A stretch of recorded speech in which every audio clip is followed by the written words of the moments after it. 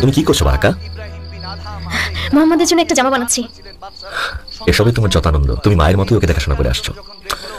আমাকে বলো তো, সে কি কিছু বলেছে তার ইয়াত্রিবের চাচার বাড়িতে কবে আসবে? আমি এই প্রশ্নের উত্তর কিভাবে দেবো? তুমি না জানলে কে জানবে বারাকা?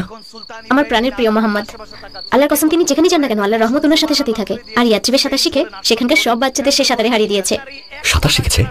হ্যাঁ, আর আপনি যদি দেখতেন সে খুব ভালো সাঁতার কাটতে পারে। আর ইহুদিরা? ইহুদিরা ওকে দেখেছে?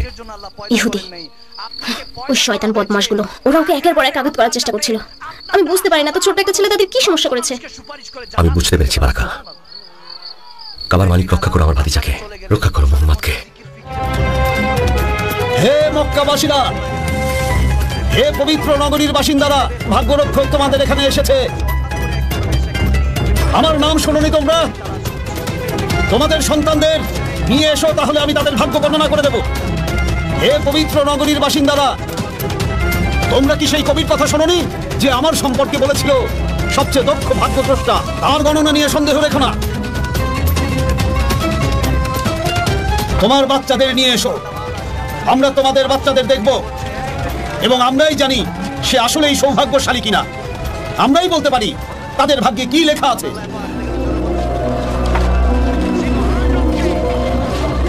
লাহাব গোত্রের এক ভাইকে জিজ্ঞাসা করা হয়, একটা পাখির ভাগ্য গণনা কি সম্ভব?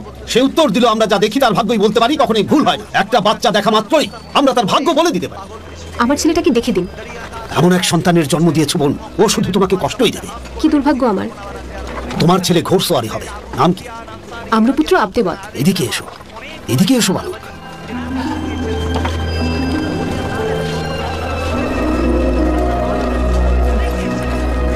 তুমি তো একজন শক্তিশালী যোদ্ধা। কি যাতা বলছে, চলো। কি সৌভাগ্যশালী তোমার পিতামাতা। তুমি ছাই ধরলেও সেটা সোনা হয়ে যাবে। তুমি খুব তাড়াতাড়ি অনেক ধনী হয়ে যাবে বালক। ওর নাম কি? হাকিমের পুত্র খুজাম। কি ভাগ্য তোমার বালক, তুমি হবে সবচেয়ে সম্পদশালী। আর তুমি, তোমার ভাগ্যে শুধু কষ্ট। ওই বালকটিকে মোহাম্মদ ইবনে আব্দুল্লাহ।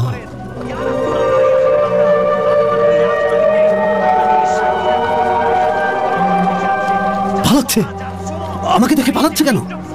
আমি এই বালকের জন্য অনেকবার ভাগ্য পরীক্ষা করতে চাই, কেন সে পালিয়ে যাচ্ছে? আমাকে দেখে এসে দূরে যাচ্ছে কেন? নাম কি? মোহাম্মদ। নিয়ে এসো মোহাম্মদকে। আজ 10 থেকে এসেছি, আমার ভাগ্য গণনার তীক্ষ্ণ দৃষ্টি আছে। তোমার কি সমস্যা বলো তো জ্যোতিষী? শান্ত হও, তোমার কি মাথা খারাপ হয়েছে নাকি? যত সব।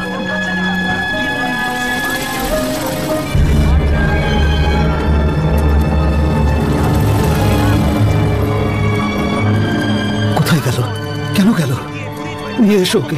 কোথায় সেই এতিম বালক মোহাম্মদ? তাকে ডেকে আনো, কেউ দেখতে দাও তার ভাগ্য। আমার কাছে নিয়ে এসো। মোহাম্মদের ভাগ্য জানতে চাই। তার সামনে চমৎকার দিন আসছে, নিয়ে এসো তাকে। একবার ছোবো। আমার বনি হাসেম আর আব্দুল মুত্তালিবের বংশধর। আব্দুল মুত্তালিব যখন মারা যান তখন তিনি মক্কা প্রধান ছিলেন।